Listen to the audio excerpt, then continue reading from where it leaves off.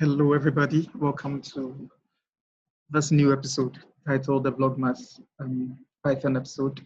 And in this, I'll be looking at some quick tidbits, some very simple functionalities of Python that could be used, and it would make your work easy. And so I hope that in this 25-day series, you'll be able to catch on with, some easy tricks or some basic things that Python needs to do, and then make your Python journey quite easy. So for a start, we're looking at how to make use of the enumerate function in Python today. And so the enumerate, what it does is to just provide a list of numbers, sort of a count of your items that you want to iterate over. And so, like I indicated today, we're making use of the enumerate. We'll be looking at how to make use of the enumerate in Python. So first off, let's create either a tuple or a list. So let's create a list, say names, and then we fix in any name. Say Matthew, say Kwesi, then James. This is Happy.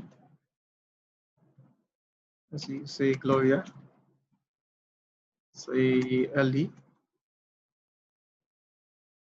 say Schneider,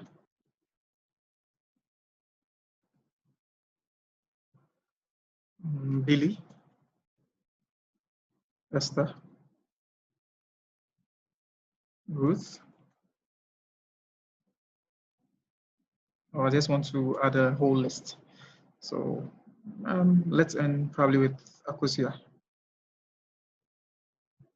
Yeah, so now we have a list, and all we want to do is to also produce the count, sort of the positioning, creating a count of the list. So to do that, all we need to do first is to make use of the for loop. So we have for, and then we define two new variables, let's say x and y. The x is to take care of the counts or the counters, and then the y will just store the names as we loop through them. So we have for x and y in enumerate on the list, which is in this case the names. Then, as part of the for loop, it always ends with a colon. So we have the colon. When we come to the next line, which is an indentation, then we execute the action. Now what we are just doing is to print our x and y, just to see how it works. And so that's how basically to use the enumerate function.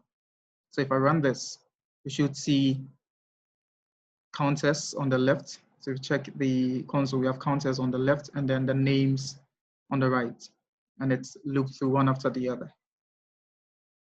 In another case, you would want to probably start a counter from a particular number. So all you need to do is to include your starting number within the enumerate. So after the enumerate on the names, in this case, bring a comma, then we type in start, and then give a starting value. So let's say I want to start from 100. And then that's also, it starts from 100, and then it would increase in steps of 1. So we have this being 100, 101, on and on until the end. All right, so that's all for today's tidbit. I hope you enjoyed it. Keep watching, keep programming, keep trying your hands on new things, and you would get better at it. And so this is just day one of all the 25-day Vlogmas tidbits. I hope you have a wonderful time and then keep growing in Python. You have a wonderful day. And don't forget to like, subscribe, and then leave a comment. Thank you. Bye-bye.